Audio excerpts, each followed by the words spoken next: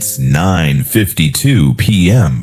Both kids are asleep. The dishes are done. The lunches are packed for tomorrow. Sarah is sitting in her car in her own driveway with the engine off, and she cannot make herself go inside. Not because she doesn't love them, because the second she walks through that door, she has to be okay again. And she just needs 5 more minutes of not pretending. This is Sarah. She is not dramatic. She is not falling apart in any of the ways you would recognize. She is not crying in public. She is not sleeping through her alarm. She is not forgetting her kids' names or missing deadlines or sitting in the dark eating cereal at midnight. She is doing everything, every single day, alone. She drops Noah at daycare and Lily at school, and she says the right things to the other parents, and she laughs at the right moments, and she gets on the L train, and she goes to work, and she is good at her job, genuinely good at it. She comes home and she makes dinner, and she does bath time, and she reads the bedtime story in the right voice for every different character, and she tucks them in, and she says, "I love you," and she means it completely. And then she sits in her car in the driveway at 9:47 p.m. and she feels nothing. Not sadness, not grief, just a vast gray flatness where a feeling used to be. That's the part nobody sees. Her colleague Marcus asked her last Thursday how she was doing.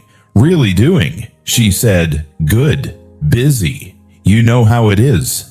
He nodded. He does know how it is. He doesn't know the real answer. The real answer is, "I haven't felt like myself in so long. I'm no longer sure what myself feels like." The real answer is, "I lie awake running through tomorrow's logistics the way other people run through their anxieties, because logistics are at least solvable." The real answer is, "I love my children so much it physically hurts. And I am also so depleted that some days I resent them for needing me. And then I hate myself for feeling that. And then I keep going anyway, because what is the alternative?" She said, "Good. Busy." She picked up her coffee and went back to her desk. On the L train home, standing in a crowd of strangers, she thought about how you could be completely surrounded by people and feel like the loneliest person in the city. She thought about how Chicago in November looks exactly the way she feels, gray and vast and very, very cold at the edges. She thought, "I should call someone, tell someone." She thought, "Who? And say what? That I'm depressed? I'm not depressed. I'm fine. I'm functioning. Look at me. I'm functioning perfectly."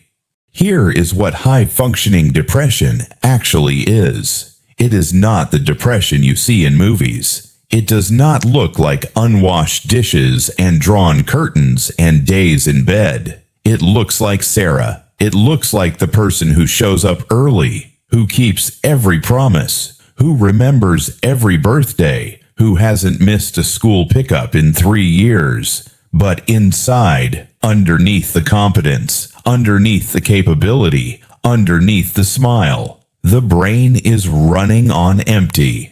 Not because Sarah is weak, but because the human nervous system was never designed to do what she is doing, alone, indefinitely. High-functioning depression doesn't shout, it whispers. It whispers, "You're fine. You're handling it.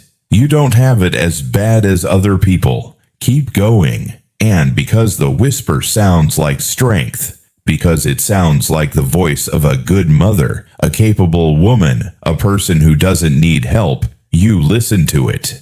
You keep going. You confuse exhaustion with resilience. You confuse numbness with coping. You confuse showing up with being okay. You are not okay. You are just very, very good at pretending.